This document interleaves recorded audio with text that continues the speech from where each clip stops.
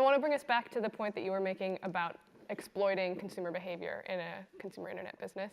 You said that this is a time for soul searching in social media businesses, and you were part of building the largest one. What soul searching are you doing right now on that? I feel tremendous guilt. I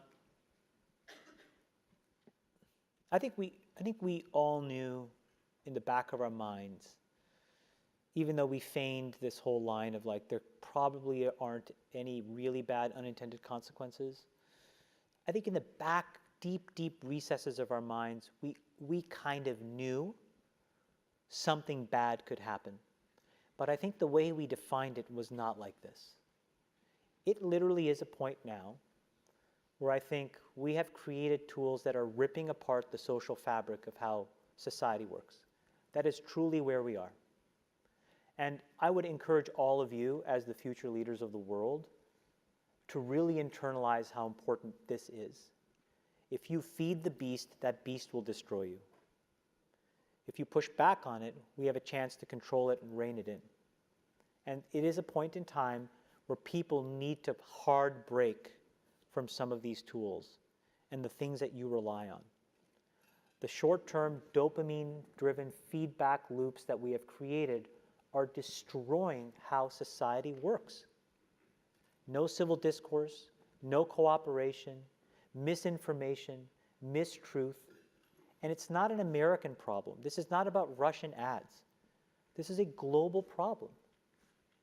So we're in a really bad state of affairs right now, in my opinion. It is eroding the core foundations of how people behave by and between each other.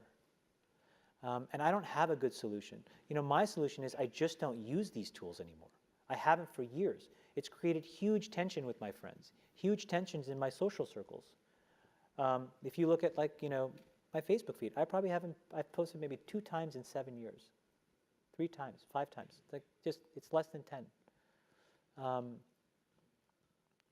And it's weird. I guess I kind of just innately didn't want to get programmed. And so I just tuned it out. But I didn't confront it. And now to see what's happening, it really bums me out.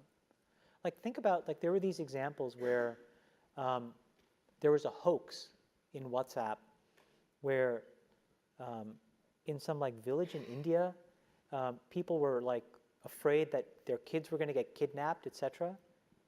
And then there were these lynchings that happened as a result, where people were like vigilante running around. They think they found the person, and I mean, seriously? Like, that's what we're dealing with. You know, imagine, like, when you take that to the extreme, where, you know, bad actors can now manipulate large swaths of people to do anything you want. It's a really bad state of affairs. And we compound the problem, right? We curate our lives around this perceived sense of perfection because we get rewarded in these short-term signals, hearts, likes, thumbs up, and we conflate that with value and we conflate it with truth.